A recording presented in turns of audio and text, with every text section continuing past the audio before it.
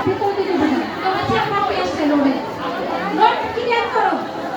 আস্তে আস্তে যাও হচ্ছে সামনে সবাই বুঝাও কিভাবে কি করবে